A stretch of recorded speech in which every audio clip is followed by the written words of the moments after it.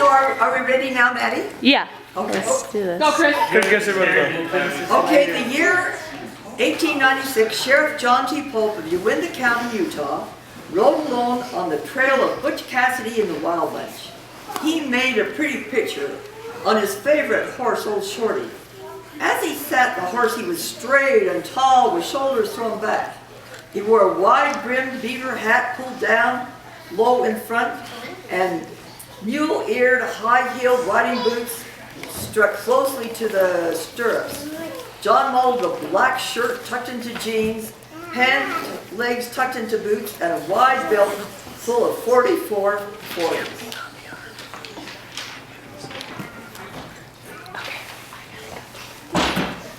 Just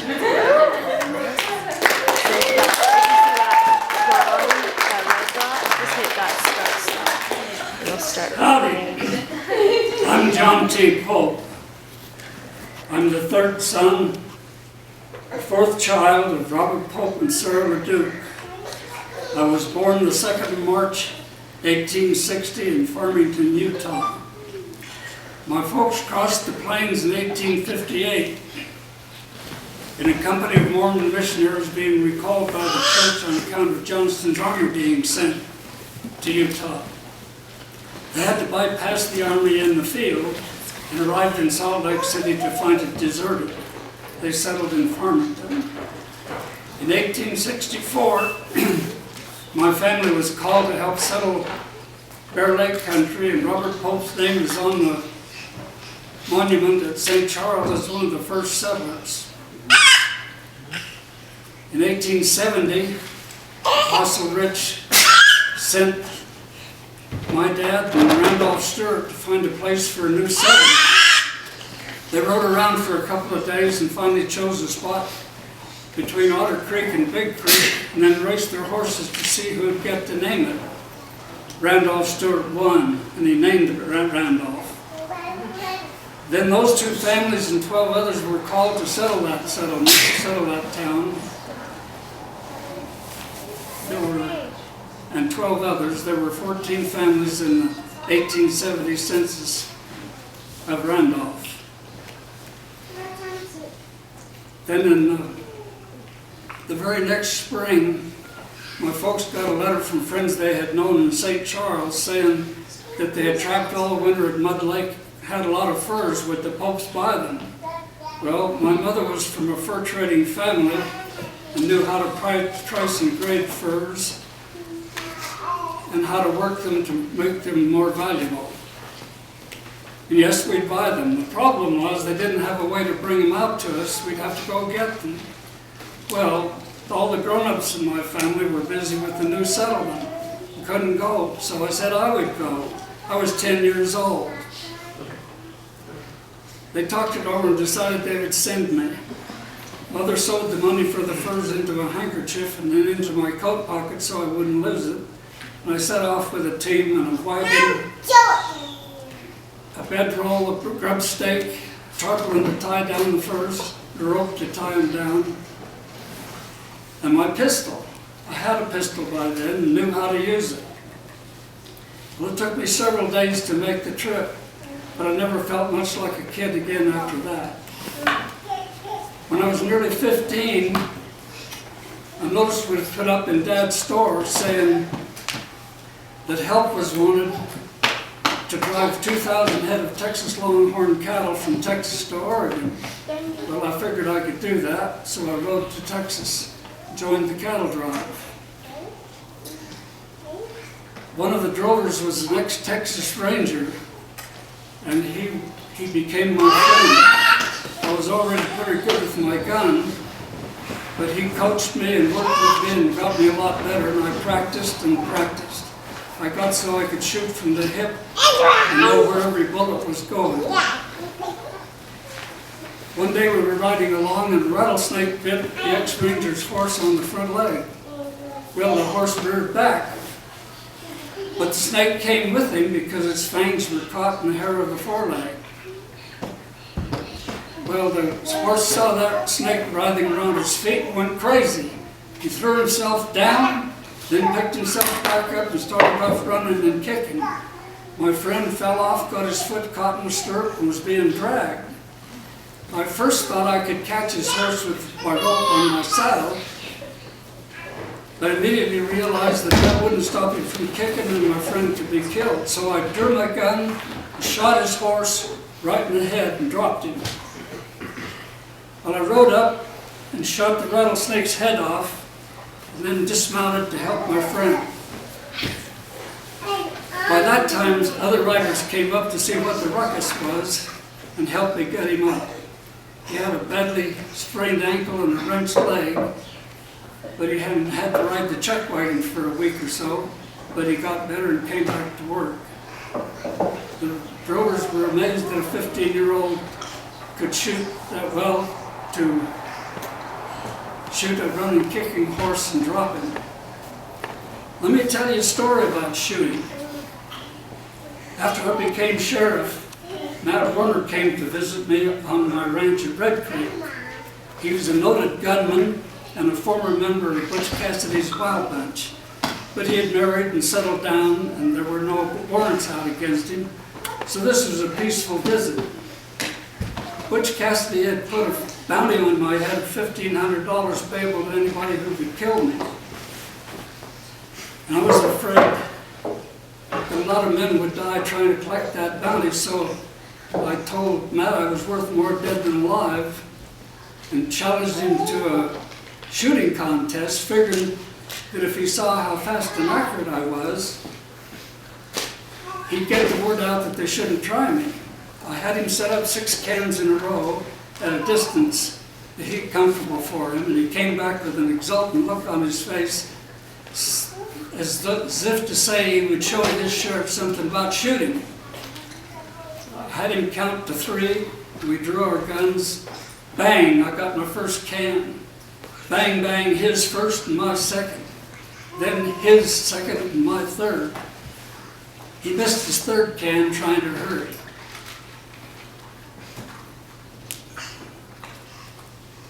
Back to the cattle drive. I stayed with them clear to Oregon, was paid $120 for my work.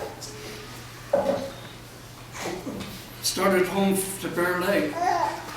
When I got there, found my family had moved to Garden City.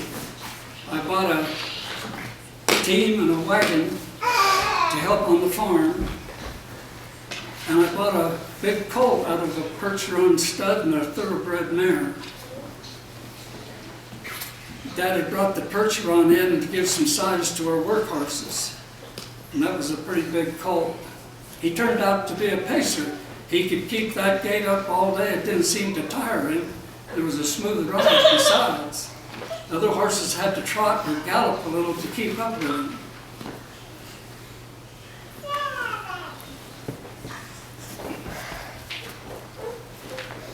I named him Shorty because he definitely was not short.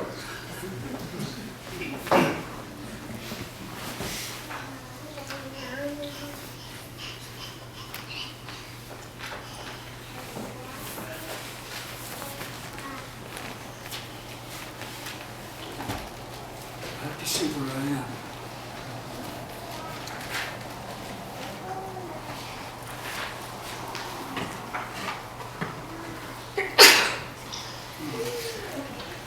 My folks moved from Garden City to Lake Town and then to Fish Haven.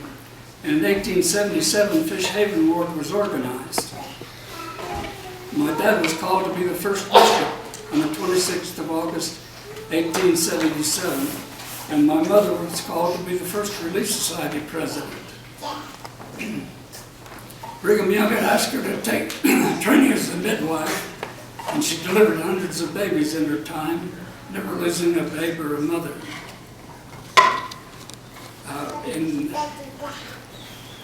On Christmas Eve in 1878, there was a dance at Fish Haven.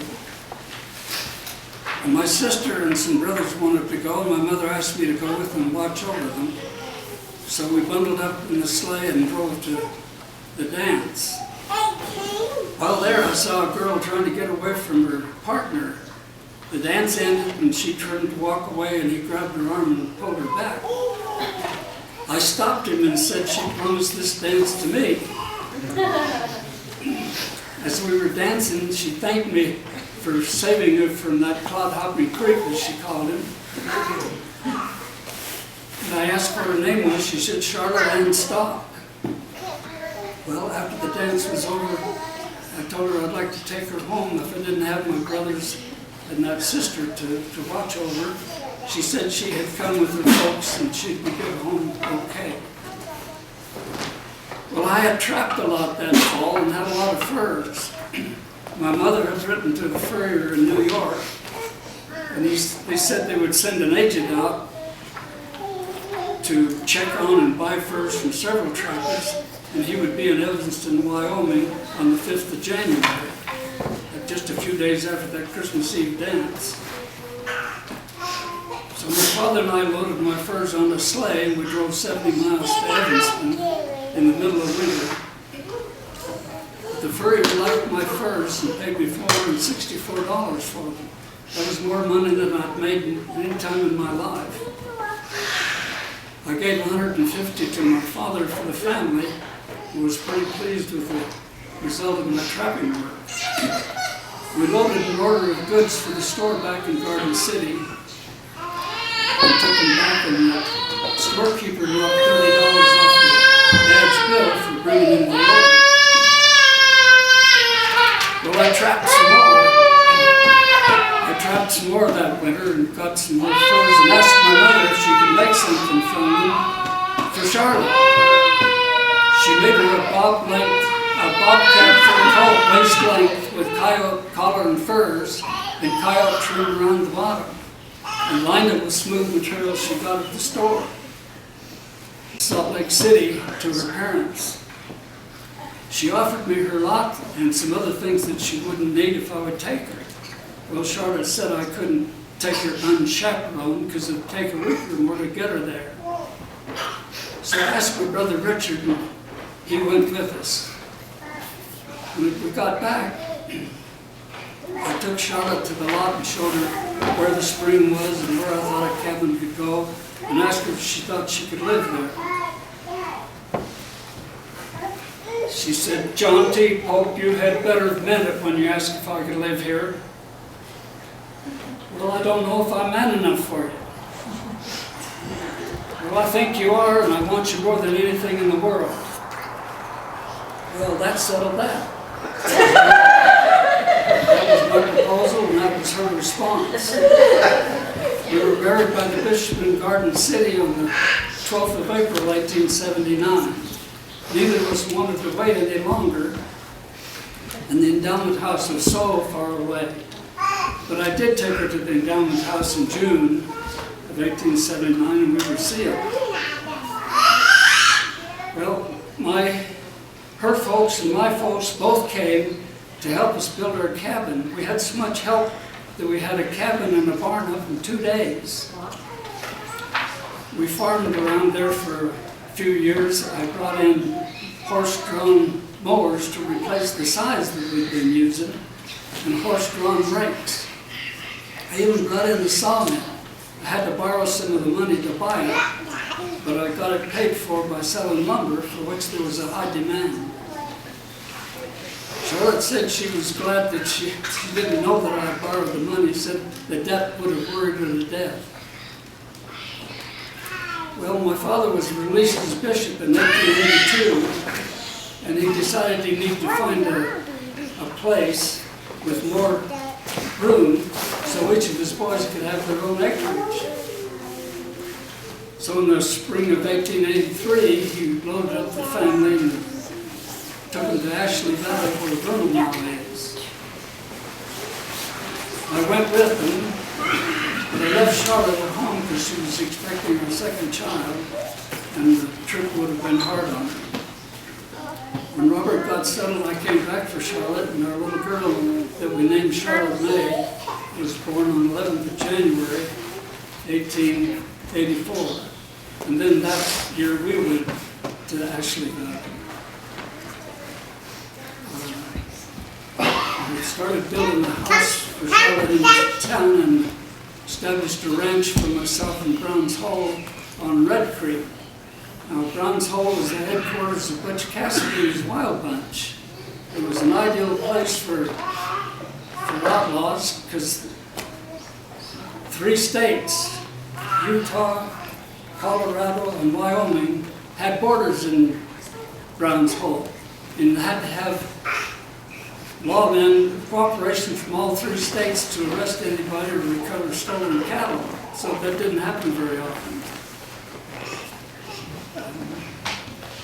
The sheriff asked me if I could help him, but I told him I was busy with those things, and he could call on me in an emergency. He said he hadn't wanted the job, nobody did. Part of the problem was getting cooperation from the locals. Their outlaws needed supplies, so they would finance somebody to open a bar or a store, and then those people became beholden to the outlaws. Some ranchers kept horses for the outlaws whether they wanted to or not. And some folks were just plain afraid of retaliation. I was in the street one day in town talking to the sheriff, and a shot rang out in the store nearby. And a man came running out of the store, jumped on a horse, and started out of town on a dead run.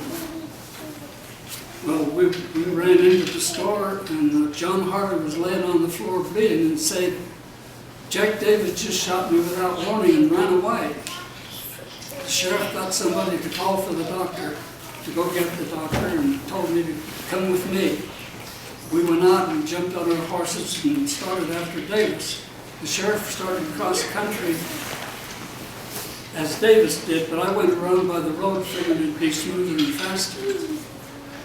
I saw Davis come out of the trees ahead of me about 300 yards under the road, his horse winded and lathered. And he saw me and started shooting so far away, and he was still running until he missed me. I closed up the distance about 200 yards, to about 200 yards, and then got off my horse and kneeled down to return fire. I aimed high so as not to hit his horse. I heard a thwack, and Davis fell off his horse, crawled behind a rock. I went up about another 70 yards and got behind another rock where I could watch him. My brother George came up, and I stopped him before he ran into an ambush. And pretty soon Davis put his hat up on the end of his rifle behind his rock. I said, "Put your head in that hat and I'll blow it off." He said, "I'm bleeding to death. I'm through." "All right, throw your guns out. Be sure I can see them." So he threw his guns out. "Now come out on the other side with your hands up." By the time the sheriff got there, George and I had Davis's guns and had him back on his horse with a rope around his neck. The sheriff said he wouldn't hang him right then, he'd take him back to town for trial. So we rode back to town, and the doctor that was working on John Harder patched Davis up. Harder lived. Davis was tried, convicted, and sentenced to 5 years in state penitentiary. The very next year, 1890, in the election, I was elected sheriff. I was on my ranch and didn't know anything about it. But nobody would run for the office. My name was written in. I was elected unanimously.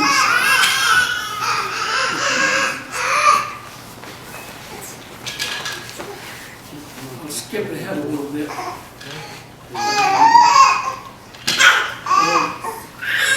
On my ranch at Red Creek, Ann Bassett came to visit me one day. She was known as Queen Anne. The Bassetts had a ranch in Brown's Hole, and she was the first white child born in Brown's Hole. She and her sister Josie had been sent east to finishing school, but Anne thought she could be might be taken for a cowboy the way she was dressed, but I knew right off she was a girl. The next day, Butch Cassidy came to visit me, and I invited him in to have a cup of coffee and share some beans I had on the stove. When we were through, I told him about Queen Anne's visit. He said she was sweet on the Sundance Kid, but if Sundance wasn't around, he would do. As he was leaving, I told him I'd been through all the circulars in my office and didn't have anything on him. But please don't do anything to have a warrant come to me for your arrest. I will do my job. John T. Pope, you try to serve a warrant on me and I'll kill you. Then he rode away on his thoroughbred horse. Then on the 13th of August in 1896, Butch and two of his wild bunch robbed the bank at Montpelier, and I got a warrant for his arrest. Well, I had told Butch, treated him friendly, and told him if I got a warrant, I would warn him that I was coming. So I sent a man ahead to tell him that I was coming that very morning. The man went with the message, and I followed. When I got there, Butch and his wild bunch had gone. Found out that the betting was about 3-1 that I wouldn't even come. And that Butch had posted an outlook that gave him a real big head start, so they were already gone. Well, when I got on the trail and followed them, figured I was catching up until I came to a draw. And down in the draw were rocks and trees that would be ideal places for people to hide to ambush. And I had to choose between going through the draw, risking getting ambushed, or go around and cut the trail on the other side. Well, I decided going around would take too long and give them getting me too far ahead. So I started through the draw on the trail. Suddenly 3 shots rang out. One took my hat off, another one killed old Shorty, and another one hit me in the calf of the leg. As Shorty was going down, I grabbed my rifle out of the scabbard and lay behind his body for cover. Some more shots came thudding into his body, but I didn't respond. Nobody was in sight. I just lay there and waited. I checked on my leg, saw that the wound was far enough from my heart it probably wouldn't kill me, and just waited. After a while, a head poked up from behind a boulder a ways away, and 2 men came out of the trees and started walking toward me. Well, I shot the man behind the boulder first, and then the 2 who were walking toward me as they were diving for cover. They were all down now, so with the help of a stick and leaning on old Shorty, I got up and hobbled over to the man behind the boulder. I couldn't recognize him. He'd been shot between the eyes and rendered unrecognizable. I went through his pockets, found 3 gold coins and some change. I got his guns and hobbled back to the other 2, but on the way I was sick. The heat and the tension and the dead man's gore had given me the dry heaves, and I had to stop and wait a bit till I could recover. I got to the 2 others that were down and went through their pockets. One of them had a Coke with $160 in it. The other one had 35 cents, but he had a new rifle. Well, I hobbled around till I found where they tied their horses, and I rode the bay and led the other 2 back to the scene. Now I had a problem. If I were to take those men back to Vernon, I'd have to load one on each horse and then walk and lead them all. And I knew my leg wouldn't stand for it. So I piled rocks on the one behind the boulder and drug the other 2 to leave without my saddle. So I undid the cinch and pulled it off with the bay. Then I put rifles in scabbards, tied pistols to have saddle horns and saddle strings, got on the bay and started to Vernal. It was getting late in the day by then. It was dark by the time I got home. I headed for my father's farm, knowing that my mother could help me with the doctoring of my leg. As the horses came into the corral, I unsaddled them, pitched them enough hay for last for the night, and then went knocked on the door. Nobody answered. So I went in and lit a lantern and got my mother out of bed. She came out and got some warm water out of the reservoir, soaked my sock until I could get my boot off. My leg was swollen, red, and ugly. Well, she put some medicine on it and bandaged it up, fixed us both something to eat, and helped me to bed. I slept till 11 o'clock the next day. Went out my mother helped me out to change the bandage. She poured whiskey on both sides of the wound. I didn't feel anything for a minute, then it really stung. Well, she found an old pair of lace-up boots of my father's, and I drove home to Charlotte. Charlotte was glad to see me, but she said, "How many men did you kill this time?" I didn't say I killed any men. "No, but you'd shoot anybody that even looked crossways at old Shorty, and he's not with you, so what happened?" Well, I got ambushed in the draw, Shorty got killed, and there are 2 graves in the draw. She didn't need to know that one of them held 2 men. A few days later, I got a card from Alma, New Mexico, saying, "Damn you, Pope, lay off me, I don't want to kill you, Butch." I smiled and said to myself, "Run, Butch, just you run." And he never came back to my jurisdiction. Well, with the outlaws mostly gone out of Vernal, it became a much quieter place. So much so that the difference between Vernal and the Strip became so obvious to the people of Mighton that they wanted the Strip closed down. The Strip was a haphazard growth of buildings serving the soldiers at Fort Duchesne on a strip of land that surveyors had missed. There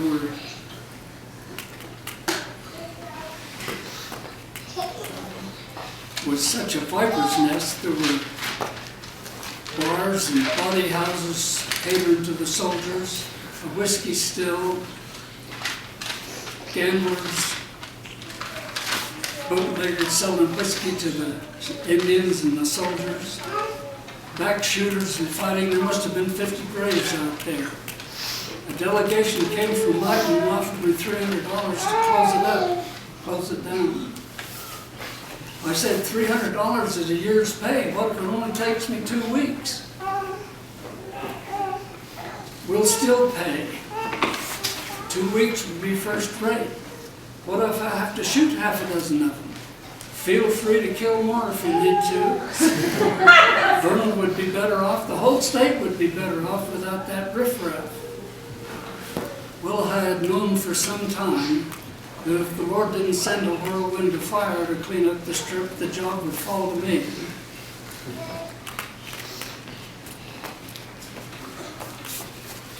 Then a voice came to my head, a quiet voice in my head said, "You were the Lord's whirlwind, John T. Pope." Well, that brought a tear to my eye and a tremble to my chin. I found a secluded place behind the jail and knelt in prayer. I told the Lord about the Strip and the problem of cleaning it up, and asked if the voice I had heard was the truth, or just my imagination working against a tired mind. When it came again and said, "You are the Lord's whirlwind, John T. Pope, clean it up." Well, I had a stack of handbills printed saying the Strip was on its way to someplace else, and rode out there with 3 members of my deputies. We went to the big bar first. There were some soldiers in there and a bartender. I handed the bartender a handbill and he said, "What's this, bum fodder?" And I said, "No, I want you to tack it up." So as he was tacking it up, he read it. He came back and said, "What's the meaning of this?" "It means you've got 3 days to get your belongings out of town. We're closing it down." "What about the rest of the Strip?" "It all goes." You can't close down the whole town. Try me. You've got no business closing down the town. It is my business to close it down. It gives me a lot of pleasure. There will be extra wagons and stages here tomorrow to take you away, and I'll come back the day after tomorrow and shoot anybody that's left here. One of the soldiers said, "What if we just shoot you?" Well, I said, if you've got that in mind, try it right now. I'd like nothing better than to shoot you and 3 or 4 of your gambler dummies. Deathly silence. Nobody moved. Finally, the bartender squawked, "We're not going to go for it now." "Okay, remember, I'll be back. And those wagons and stages will be here tomorrow." Backed out of the bar, my men watching to see that nobody followed me. We rode down to the big red lighthouse next, and I tacked up an notice on the door with the butt of my gun. The madam came to the door and said, "Come right in, you big hunk, no need to knock." I said, "I've just tacked up a notice on your door, you want to read it?" She read it and her face flushed and said, "You're not telling us where to go?"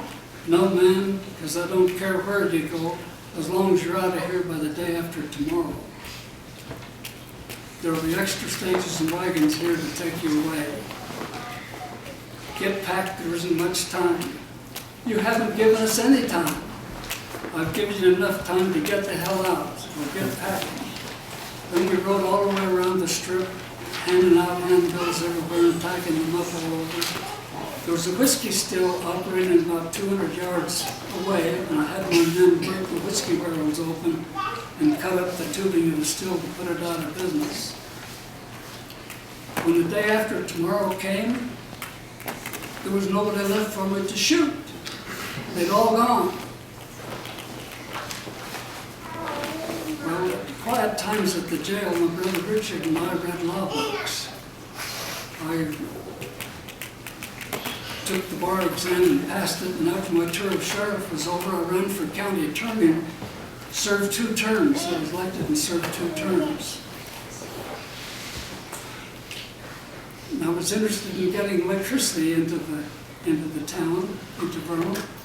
So I had Ashley Creek and Brush Creek surveyed and found that there was enough fall to support a hydroelectric plant. Well, I showed my plans to the civic leaders, and they agreed there was a feasible project. I signed a contract to the effect that the plant will be put in, that anybody in the town wanting lights and power can have it, and anybody wanting to buy shares in the new company can have it at actual cost. Pay me what I have out and you can have the project. Well, they agreed to that, and soon we had electricity in Vermont. Also, I experimented with getting asphalt out of gilsonite and other asphalt-bearing material nearby, and found a process of extracting it without fire heat. I paved a sidewalk in front of my house and showed it to the mayor. He wanted a sidewalk in front of the city office, and pretty soon we had paving everywhere.